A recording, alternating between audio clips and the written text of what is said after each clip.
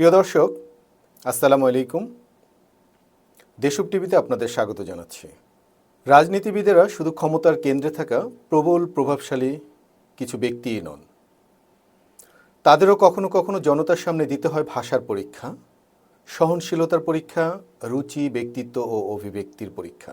সবচেয়ে বড় কথা, ভিন্ন মত, ভিন্ন পথ ও ভিন্ন বিশ্বাসের প্রতি শ্রদ্ধা ও শিষ্টাচারের পরীক্ষা।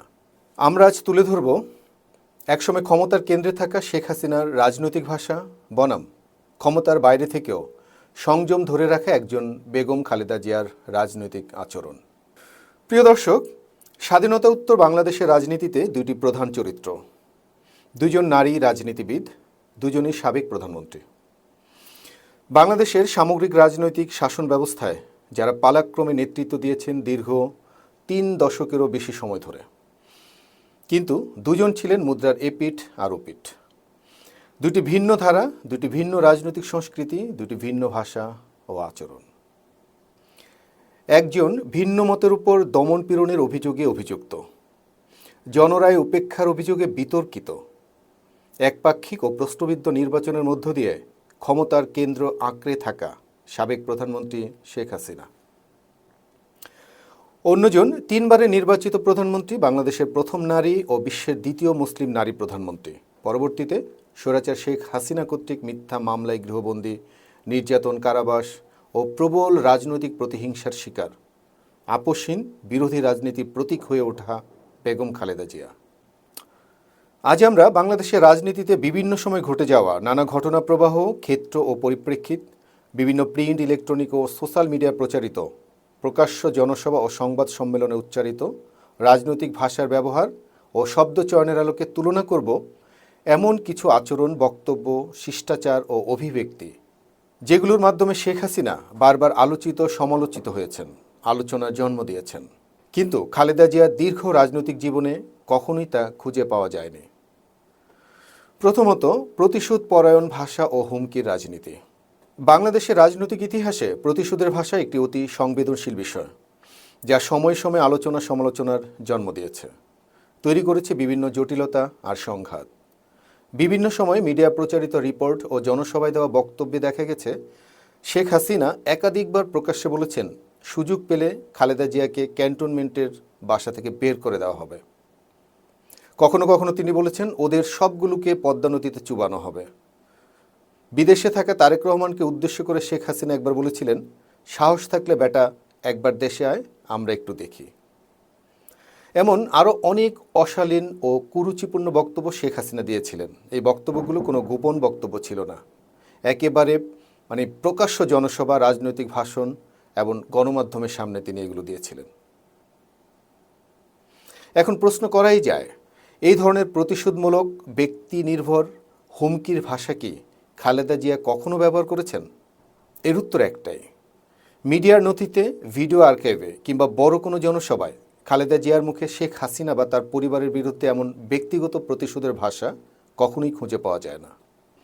দ্বিতীয়ত, এবার আসে আরও সংবেদনশীল এক জায়গায়, ব্যক্তিগত অপমান ও তাচ্ছিল্যের ভাষাটা কেমনভাবে প্রকাশ্যে ব্যবহার করেছিলেন শেখ হাসিনা। বিভিন্ন সময় শেখ হাসিনার মুখে যেসব বক্তব্য মিডিয়ায় এসেছে সেগুলোর মধ্যে রয়েছে খালেদা জিয়ার শারীরিক অসুস্থতা ও বয়স নিয়ে কটাক্ষ, মদ খেয়ে খালেদা জিয়ার লিভার নষ্ট হয়ে গেছে এমন অভিযোগ, এত বয়স হয়েছে তাও কেন মরে না, এই ধরনের অমানবিক বক্তব্য। খালেদা জিয়ার শিক্ষাগত যোগ্যতা নিয়েও তাচ্ছিল্য করেছেন বহুবার শেখ হাসিনা। তার চিকিৎসার জন্য বিদেশে যাওয়া নিয়ে আসামি তকমা লাগিয়েও তাকে বিদ্রূপ করতে ছাড়েননি। দর্শক, একবার চিন্তা করুন তো, এসব বক্তব্য কি রাজনৈতিক সমালোচনা হতে পারে?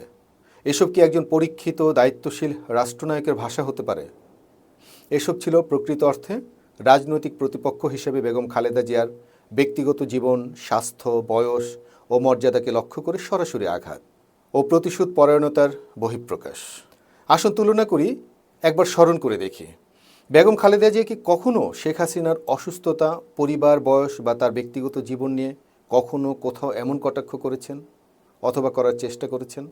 জনমত বিশ্লেষণ ও মিডিয়ায় প্রকাশিত বিভিন্ন তথ্য অনুযায়ী আমরা যদি উত্তর খুঁজতে চাই, তাহলে উত্তর একটাই, কখনোই সেটা হয়নি।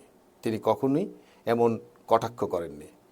তৃতীয়ত, ক্রোধ, দাম্ভিকতা ও ক্ষমতার ভাষা ব্যবহারের ক্ষেত্রে শেখ হাসিনা কতটা শালীনতা বজায় রাখতে পেরেছিলেন আসুন একবার দেখি। দর্শক, ক্ষমতায় থাকলে ক্ষমতাধর ব্যক্তি বা মুখপাত্রের ভাষার ভারসাম্য আরও গুরুত্বপূর্ণ ও স্পর্শকাতর হয়ে ওঠে। ক্ষমতার ভাষা হতে হয় শান্ত, সুনিশ্চিত, গঠনমূলক আর ভারসাম্যপূর্ণ। ক্ষমতার ভাষা হতে হয় মার্জিত, বিশ্বস্ত ও বিরোধী মতের প্রতি শ্রদ্ধাশীল। কিন্তু বিশ্লেষণে দেখা গেছে রাষ্ট্রপ্রধান হিসেবে শেখ হাসিনার বহু বক্তব্যে ছিল অতিরিক্ত রাগ ও অহংকার প্রকাশ, প্রকাশ্য ক্ষমতার দাম্ভিকতা প্রদর্শন এবং আমি পারি, আমি করব, আমি দেখিয়ে দিব এই ধরনের ভাষার প্রয়োগ। কখনো কখনো জনসভায় আঙুল তুলে হুমকি, বিরোধীদের নিয়ে অবজ্ঞাসূচক শব্দচয়ন, বিশেষ করে জিয়া পরিবারকে নিয়ে মিথ্যা ও কুরুচিপূর্ণ ন্যারেটিভ ছড়ানো। এসব বিষয় একবার দুবার নয়, বহুবার শেখ হাসিনা প্রকাশ্যে এসব অশালীন বক্তব্য দিয়েছেন, হাততালি কুড়িয়েছেন বিভিন্ন জনসভায় অথবা মিডিয়ার সামনে। অন্যদিকে খালেদা জিয়া ক্ষমতায় থাকাকালে বা ক্ষমতার বাইরে থেকেও প্রকাশ্যে ব্যক্তিগত আক্রমণ, অশালীন শব্দ বা হুমকির ভাষা কখনোই ব্যবহার করেননি। সচেতনভাবে তিনি এগুলো এড়িয়ে গিয়েছেন। তিনি তার বক্তব্যে সবসময় রুচি ও শালীনতা বজায় রেখেছিলেন। প্রতিপক্ষকে হুমকি ধামকি বা তার চরিত্রহানির চেষ্টা কখনো করেননি। চতুর্থত, নীরবতার ভাষা বনাম আক্রমণের ভাষা। দর্শক, বিষয়টি খুবই লক্ষণীয়। যখনই শেখ হাসিনার পক্ষ থেকে কোনো কটাক্ষ এসেছে, বেগম জিয়া অধিকাংশ সময় নীরব থেকেছেন, কোনো কাউন্টার করার ইচ্ছা প্রকাশ করেননি, কিংবা কেবল বলার চেষ্টা করেছেন আল্লাহ বিচার করবেন, সময় সব প্রমাণ করবে, আমি জনগণের কাছে বিচারের ভার দিলাম ইত্যাদি ধরনের নরম, শান্ত আর শালীনতাপূর্ণ ভাষা। এটা রাজনৈতিক কৌশল হোক কিংবা ব্যক্তিগত সংযম, যাই হোক না কেন, পাল্টা ব্যক্তিগত আক্রমণের নজির অন্তত বেগম জিয়া কখনো দেখাননি। প্রিয় দর্শক, আজকের এই প্রতিবেদনের সারমর্ম খুব পরিষ্কার। শেখ হাসিনার রাজনৈতিক জীবনে প্রতিশোধমূলক ভাষা, ব্যক্তিগত কটাক্ষ, অশালীন মন্তব্য, ক্ষমতার দাম্ভিকতা প্রকাশ, এই বিষয়গুলো বারবার মিডিয়া আলোচিত হয়েছে আর প্রবল সমালোচনা জন্ম দিয়েছে। অন্যদিকে খালেদা জিয়ার রাজনৈতিক জীবনে এই ধরনের ব্যক্তিগত, আক্রমণাত্মক ও প্রতিহিংসামূলক ভাষার চর্চা খুঁজে পাওয়া যায় না। শেখ হাসিনার রাজনৈতিক দর্শন ছিল স্বাধীনতার পক্ষে বিপক্ষের বয়ান তৈরির মাধ্যমে জাতিগত বিভক্তির সৃষ্টি আর প্রতিশোধপরায়ণ ভাষা প্রয়োগের মাধ্যমে প্রতিপক্ষের ব্যক্তিগত চরিত্র হননের চেষ্টা। কিন্তু বেগম জিয়ার রাজনৈতিক দর্শনের মূলে ছিল কেবলই মাত্র শান্তি, সহনশীলতা, দেশ ও জনগণের ভাবনা, গণতন্ত্রায়ন আর ভাষা চয়নে শান্ত ও স্থিরতা।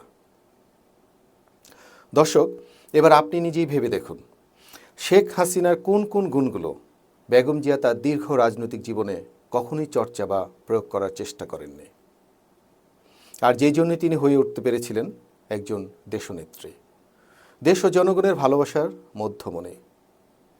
আর অন্যজন নিক্ষিপ্ত হলেন ইতিহাসের সবচেয়ে ঘৃণ্যতম অন্ধকারে। প্রিয় দর্শক, আজ এই পর্যন্তই। দেখা হবে অন্য কোনো ভিডিওতে। সে পর্যন্ত সবাই ভালো থাকুন। ধন্যবাদ।